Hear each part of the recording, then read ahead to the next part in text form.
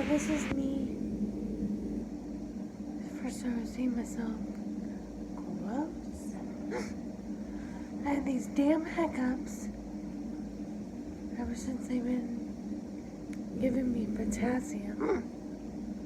Put this thing in my nose.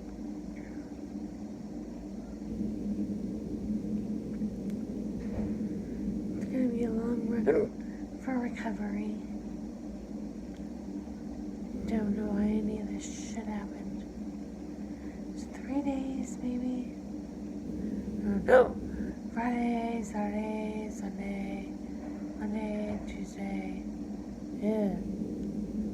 Might be 5 days in ICU. I'm ready to get the fuck out of here.